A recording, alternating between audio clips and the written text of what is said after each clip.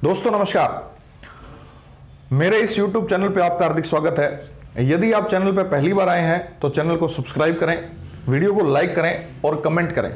आप डिसलाइक भी कर सकते हैं, लेकिन मुझे कारण जरूर बताएं कि डिसलाइक आपने क्यों किया। क्या क्वालिटी कंटेंट नहीं था, मेरी आवाज़ सही से नहीं आ रही है, या कोई और कारण है, आप मुझे ज़रूर बताएं ताकि मैं अगले वीडियो में और इम्प्रूव कर सकूँ। मेरा 10 साल का लगभग 10 साल का अनुभव आपके काम आ सकता है, आपको सिलेक्शन दिलवा सकता है, इसलिए मेरा चैनल जरूर सब्सक्राइब करें। अगर आपको कंपटीशन एग्जाम संबंधित कोई भी दिक्कत आ रही है तो आप मुझसे फेसबुक से, इंस्टाग्राम से, आप व्हाट्सएप से जुड़ सकते हैं और जो है मैं आपको पूरी सहायता करने का प्रयास करूंगा। चलिए दोस्तों शुरू करते हैं।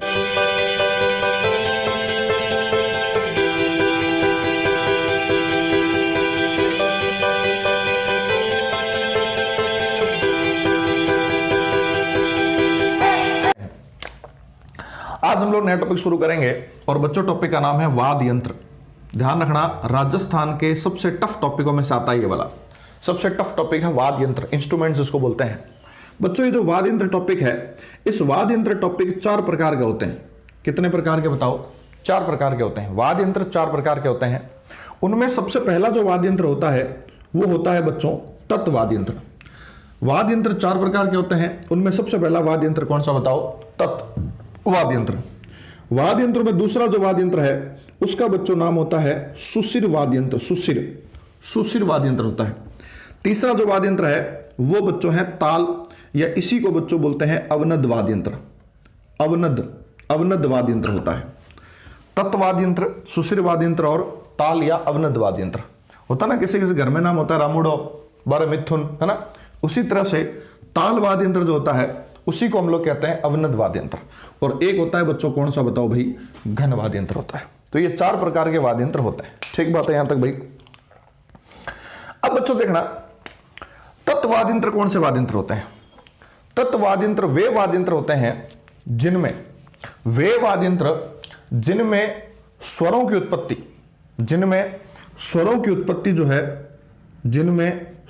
उत्पत्ति जो है वो तारों से होती है।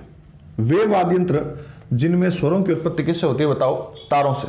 जैसे आप लोगों ने गिटार देखा हो, तो गिटार जो ना, गिटार वो तत्वाद्य यंत्र है। जैसे मां सरस्वती के हाथ में वीणा जो आती है, वीणा जो आती है ना, वीणा, वो कैसा वाद्य यंत्र बताओ? तत्वाद्य यंत्र है। तो ध्यान रखना, स्वरों की उत्पत्ति किससे होती है बताओ? तारों से। वो वाद्य यंत्र कौन से हैं? तत्वाद्य यंत्र।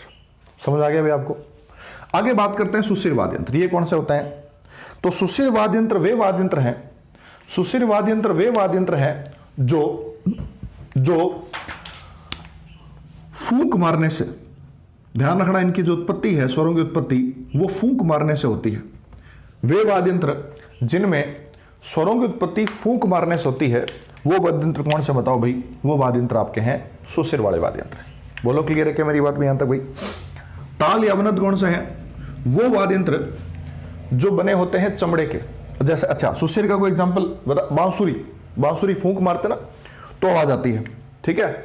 उसी तरह शंख बजाते ना, शंख, तो वो एक सुशिर वाद्य यंत्र है, ठीक है। अगला बच्चों ताल या अवनद। वे वाद्य यंत्र जो बने होते हैं चमड़े के। किसके बने होते हैं बताओ? चमड़े के बने होते हैं। चमड़े के बने होते हैं और चोट मारने से आवाज आती है। चमड़ा, चोट, च से चमड़ा, च से चोट। चमड़े के बने होते हैं और चोट करने से आवाज आती है। वो वाद्य यंत्र कौन सा बताओ? ताल वाद्य यंत्र है। क्लियर है मेरी बात? तत्वाद्य यंत्र स्वरों की उत्पत्ति होती है, तारों से होती है, ठीक है। सुशिर वाद्य यंत्र फूंक मारने से आवाज आती है।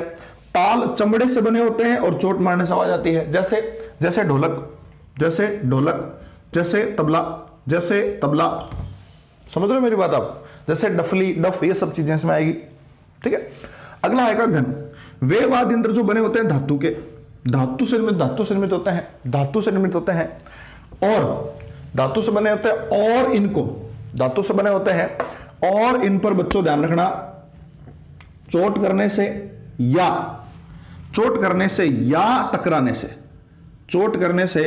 या आपस में टकराने से स्वरों की उत्पत्ति होती है। बात समझना। जैसे बच्चों बोलते ना, जिंजा बोलते हैं, जिंजा उसको, है ना, जिंजा बोलते हैं, वो झमझम बोलता ना, वैसे बजाते हैं वो वाद्य यंत्र कौन सा बताओ भाई? घन वाद्य यंत्र है। चिमटा तो देखा होगा ना, चिमटे को ऐसे बजाएंगे तो वो कौन सा वाद्य यंत्र होगा? घन। अरे देखा होगा ना आपने, किसी ने तो खाया भी होगा, है ना।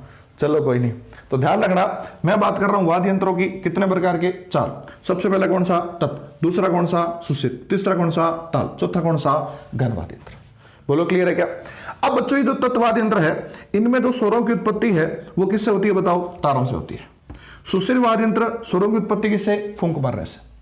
ताल वाद्य यंत्र चमड़े के बने होते हैं, चोट करने से आवाज आती है, और ये धातु के बने होते हैं, चोट करने से, टकराने से आवाज आती है। बोलो क्लियर है क्या मेरी बात। ये बात आपको समझनी है, ये बात आपको समझनी है, याद करनी है।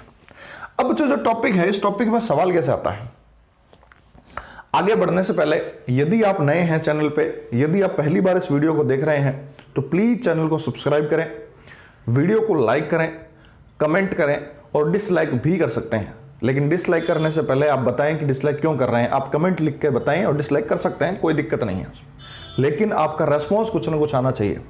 बच्चों देखना, मेरा 10 साल का अनुभव आपके काम आ सकता है, लेकिन अगर आप मुझे बताओगे नहीं कि क्या दिक्कत है तो आप उसका सुधार कैसे करेंगे।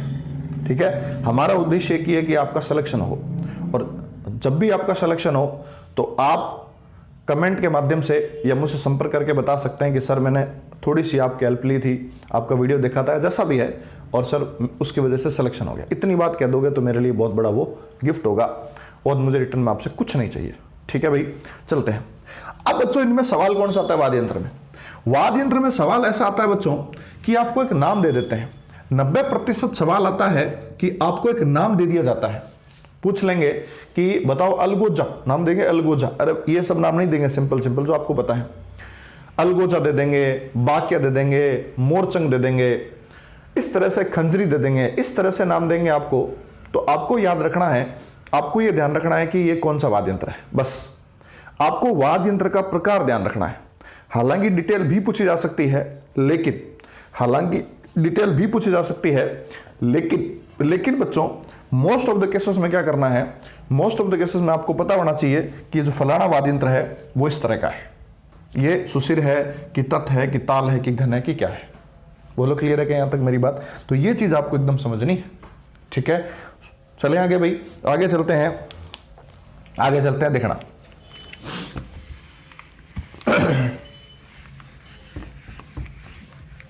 अब हम लोग पढ़ेंगे, सबसे पहले पढ़ेंगे तत्वाद्य यंत्र। ध्यान रखना, अब हम लोग पढ़ेंगे सबसे पहले कौन सा वाद्य बताओ, तत्वाद्य यंत्र। चारों पढ़ेंगे हम लोग, लेकिन तत्वाद्य यंत्र ज्यादा पढ़ेंगे, तत्वाद्य यंत्र पढ़ेंगे। ये लो साहब, तत्वाद्य यंत्र। ठीक है, परिभाषा आपको पता है, वे वाद्य यंत्र जो फूंक मारने से आवाज आती है वो वाद्य यंत्र कौन से हैं, तत् है। अब बच्चों ये जो तत्वाद्य यंत्र है, सुनना मेरी बात ध्यान से, ये जो तत्वाद्य यंत्र है, इन तत्वाद्य यंत्रों में कैसे याद करना, देखो याद करने के लिए एक लाइन है, छोटी सी एक लाइन है। आपा जब मान लो कोई कमरो फुल है, कड़ी जिम ने गया, कमरो फुल है और अपन बैठ नहीं है, तो पकेंगे साहब भाई जी बिने सिर को, तो ऐसे कहेंगे ना भाई, यही बोलेंगे भाई साहब बिने खिसका थोड़ा सी। उसी तरह से बच्चों ध्यान रखना, आपको बोलना है सरक बोलना है, जरा सरक बोलना है, और भाई जरा सरक बोलना है। याद रह जाएगी बात, बताओ। भाई बोलना है, भाई जरा सरक बोलना है। ठीक है, तो तत्वाद्य यंत्रों में भाई जरा और क्या बताओ भाई, सरक बोलना है। क्लियर है मेरे भाई, जरा सरक बिना सिरक, तो कोई दिक्कत कौन।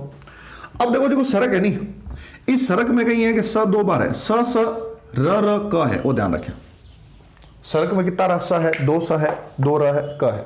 ठीक है, अब ये जो स है, ये लो साहब स, ये लो साहब र र, और ये लो साहब क, स्क्वायर लिख दिया मैंने, कोई दिक्कत नहीं साहब। भाई जरा स र र क, भाई जरा स र र क, कोई दिक्कत किसी को यहां तक। अब बच्चों जो अब आता है, देखना शुरू करते हैं इसको। ये जो भ है ना, भ, इस भ से बनेगा भपंग। क्या बनेगा, भपंग। प्रश्न कैसा आएगा, भपंग कौन सा वाद्य यंत्र है, आप बताओगे तुरंत तत्वाद्य यंत्र है। भपंग कौन सा, तत्वाद्य यंत्र। भपंग से बनता है अपंग, अपंग भपंग दोनों जैसे होता है, वैसे भपंग भपंग। तो अपंग भपंग जो है ये अपने को ध्यान रखना है, ये भी कौन सा वाद्य यंत्र है, तत्वाद्य यंत्र है। बोलो क्लियर है क्या, भपंग भी वाद्य यंत्र, तत्, अपंग भी तत्वाद्य यंत्र। ठीक है, सॉरी। उसके बाद आता ई से बनेगा बच्चों इकतारा। क्या बनेगा, इकतारा। इकतारा भी कौन सा वाद्य यंत्र, तत्वाद्य यंत्र। ठीक है, भपंग अपंग भी तत्वाद्य, इकतारा भी तत्वाद्य। उसके बाद आएगा ज से आएगा जंतर बच्चों, जंतर जंतर जंतर जो है ना वो भी कौन सा तत्व, जंतर भी कौन सा तत्व आएगा। रा से बचेगा रावण हत्था, रावण हत्था, रावण हत्था जो है ना वो भी कौन सा बताओ तत्व। ठीक है भाई, बपंग अपंग इकतारा जंतर रावण हत्था। उसके बाद स, ये स बच्चों कितने बताओ, दो स हैं क्या बताओ, दो स है ये, तो स इस स से बनेगा सारंगी, सारंगी बनेगा सारंगी, और जो सारंगी है ना वो भी कौन सा वाद्य यंत्र है, वो भी तत्व वाद्य यंत्र है। और एक बनेगा स से सितार, स से बनेगा सितार, और सितार भी कौन सा वाद्य यंत्र है बताओ, ये वाद्य यंत्र है तत्व वाद्य यंत्र है। ठीक है, तो सारंगी और सितार। ठीक है, उसके बाद र से रबा ब, रबा ज, रबा ब, रबा ज, रबा ब, रबा ज, ये भी कौन सा तत्व। और लास्ट बच्चों क से बनेगा कमाइचा, कमाइचा भी कौन सा बताओ तत्व। बोलो क्लियर है क्या मेरी बात। ठीक है, पपंग अपंग इकतारा जंतर रावणता सारंगी सितार रबाब रबाज कमाइचा, ये सारे के सारे वाद्य यंत्र कौन से हैं, तत्व वाद्य यंत्र हैं। बोलो क्लियर है क्या। स्क्रीनशॉट लेना चाहो तो ले सकते हो। फिर आगे बढ़ते हैं। अब बच्चों आगे देखना, अब आगे देखना, एक मिनट के लिए सुनना मेरी बात ध्यान से। अब ये जो आपका ये जो है, ये क्या बोलते हैं इसको, शुरू करते हैं पढ़ना।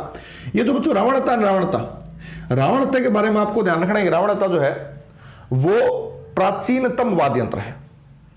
रावणता कौन सा वाद्य यंत्र है, प्राचीनतम वाद्य यंत्र है, सबसे पुराना वाद्य यंत्र है बच्चों, प्राचीनतम वाद्य यंत्र। प्राचीनतम वाद्य यंत्र है कौन सा बताओ, रावणता। सबसे पुराना वाद्य यंत्र है, यह सबसे पुराना है और यह सबसे बढ़िया है। वापस देखो, ये सबसे पुराना रावणता, ये सबसे बढ़िया वाद्य, यानी ये जो वाद्य यंत्र है बच्चों सारंगी, ये आपका सर्वश्रेष्ठ वाद्य यंत्र है, सर्वश्रेष्ठ वाद्य यंत्र। सबसे प्राचीन कौन सा, सबसे पुराना कौन सा, बोलो क्लियर है क्या भाई। आगे बढ़ते हैं। तो बच्चों देखना, रावणता सबसे पुराना है। रावणता में 9 तार होते हैं, 9, और सबसे बढ़िया वाले में 27 तार होते हैं। सा सारंगी सा 27, 9 तार 27 तार, कोई दिक्कत नहीं है। रावणता जो है उसका निर्माण बच्चों, इसका जो निर्माण है वो आधे कटे नारियल से होता है। ध्यान रखना, आधे कटे नारियल से होता है इसका निर्माण। ये क्वेश्चन भी एग्जाम में आया हुआ है। इसका जो निर्माण है वो आधे कटे नारियल से होता है। टॉप से बोला आप मैंने, टॉप से, तो भी टॉप से बने रावणता। ठीक है, ध्यान रखना। इस रावण हत्या का प्रयोग कहां करते हैं, तो बच्चों रावण हत्या का प्रयोग कहां करते हैं, देखना, रावण हत्या का प्रयोग करते हैं बच्चों रामदेव जी। ध्यान रखना, रामदेव जी लोक देवता है, रामदेव जी। और रामदेव जी जो है, रामदेव जी के भोपे बच्चों होते हैं कामड़िया पंथ के।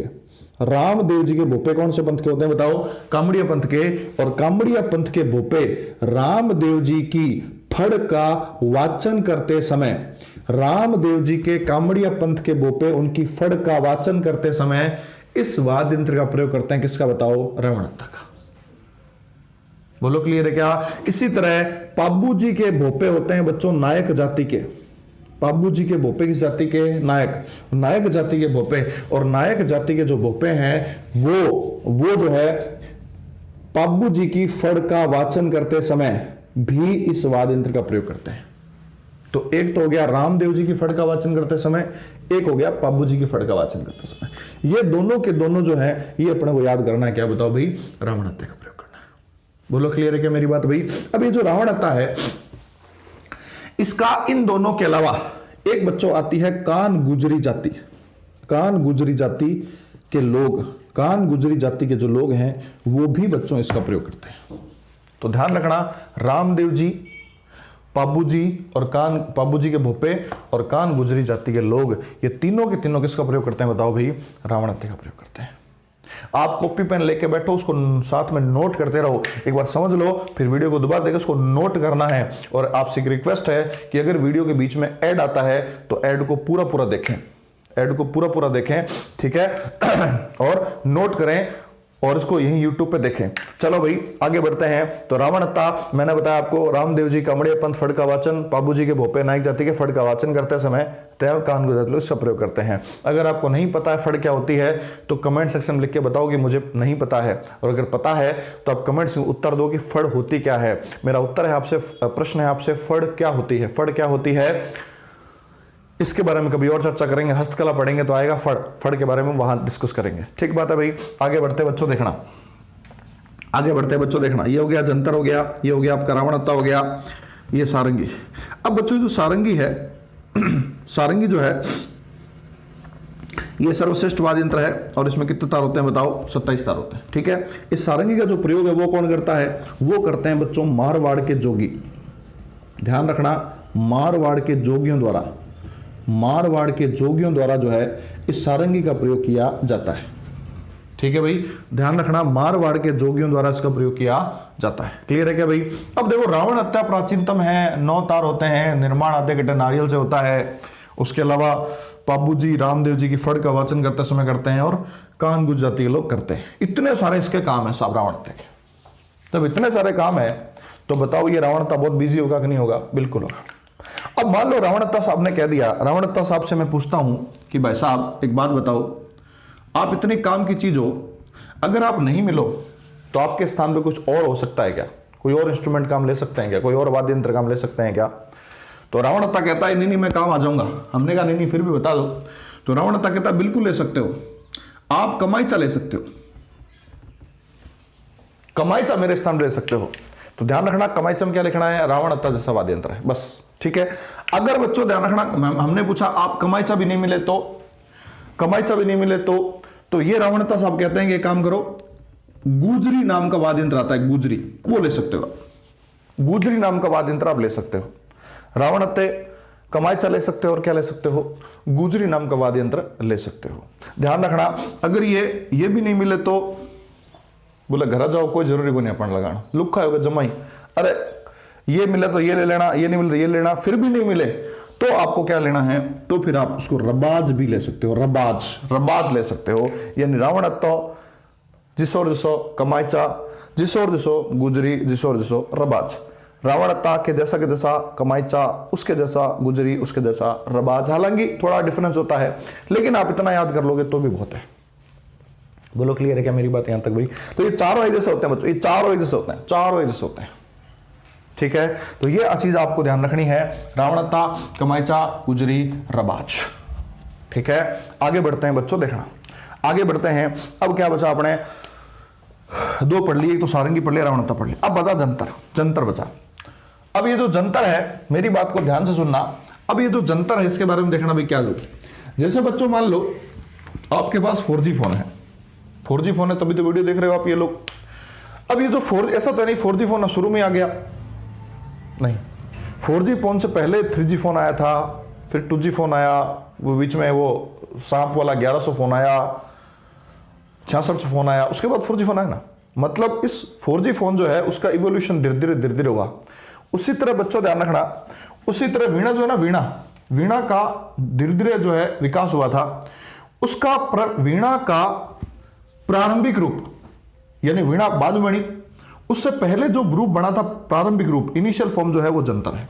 यानी इसके बारे में लिख सकते हैं कि यह वीणा का क्या है बताओ? प्रारंभिक रूप है। यह वीणा का क्या है? प्रारंभिक रूप है। यह वीणा का क्या है बताओ? प्रारंभिक रूप है। ध्यान रखना, कौन सा बताओ भाई? जंतर। क्लियर है क्या मेरी बात भाई? इसके अलावा बाबू जी और रामदेव जी, किसका? रावणत्ते का। उसी तरह बच्चों आता है गुर्जर जाति के भोपे होते हैं बच्चों देवनारायण जी के, और देवनारायण जी की फड़ का वाचन करते समय जो गुर्जर जाति के लोग हैं वो इनका उपयोग करते हैं। ध्यान रखना जंतर का।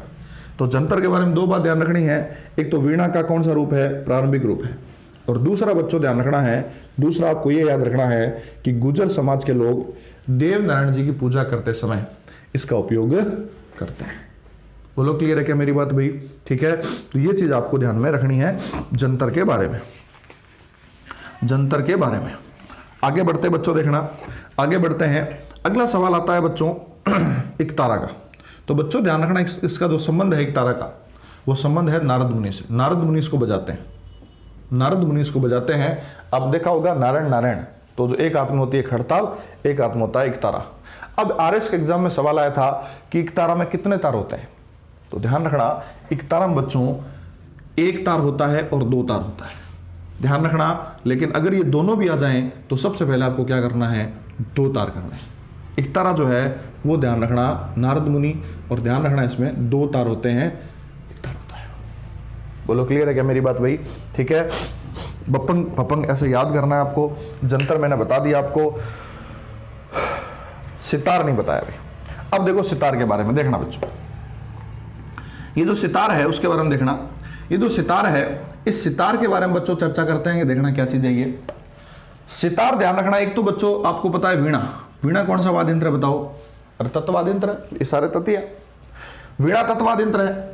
और ध्यान रखना जब वीणा तत्ववाद्य यंत्र है और एक जो वाद्य यंत्र है उसको बोलते हैं तंदूरा, तंदूरा या तंबूरा, देखा होगा आप लोगों ने, कई लोगों ने।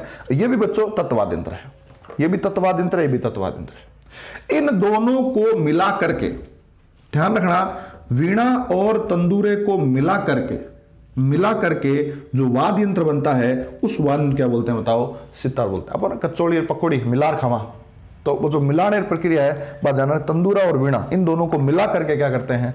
सितार का प्रयोग करते हैं। और बच्चों इस दोनों को मिलाया किसने था? तो उसको मिलाया था अमीर खुसरो ने। अमीर खुसरो ने सितार का आविष्कार किया था। अमीर खुसरो ने सितार का आविष्कार किया था। सितार वीणा और तंदूरे का मिश्रित रूप है। इसका आविष्कार किसने किया था? अमीर खुसरो ने। ध्यान रखना ये अमीर खुसरो ने तबले का आविष्कार भी किया था। ठीक है, तो सितार का उपयोग, अच्छा जो वीणा ना, वीणा वो सनातन धर्म का प्रतीक है, सनातन धर्म का प्रतीक है। और जो तंदूरा है, तंदूरा ये बच्चों ध्यान रखना ये है इस्लाम धर्म का प्रतीक है, इस्लाम की संस्कृति का प्रतीक है। तो बच्चों सनातन धर्म और इस्लामी संस्कृति, इन दोनों का, सनातन संस्कृति इस्लामी संस्कृति का मिला जुला रूप क्या है बताओ? सितार है। यानी कह सकते हैं कि जो सितार है वो बच्चों सांप्रदायिक सौहार्द का, ये जो है वो सांप्रदायिक सौहार्द का क्या है बताओ? प्रतीक चिन्ह है। सांप्रदायिक सौहार्द का क्या है? प्रतीक चिन्ह है। बोलो क्लियर है क्या मेरी बात भाई? ठीक है, वीडियो लंबा हो रहा है थोड़ा सा, इसलिए इसमें यहीं तक करते हैं। इसके कुछ और बचे इंस्ट्रूमेंट जो ओपन करेंगे नेक्स्ट वीडियो में। यहीं तक एक बार इसको पढ़ना, दोबारा रिवीजन करना, नोट्स बनाना। और अगर आप ऑफलाइन पढ़ना चाहते हैं तो बीकानेर में आप संपर्क कर सकते हैं, मैं आपको बता दूंगा। बहुत बहुत धन्यवाद। जय हिंद, जय भारत।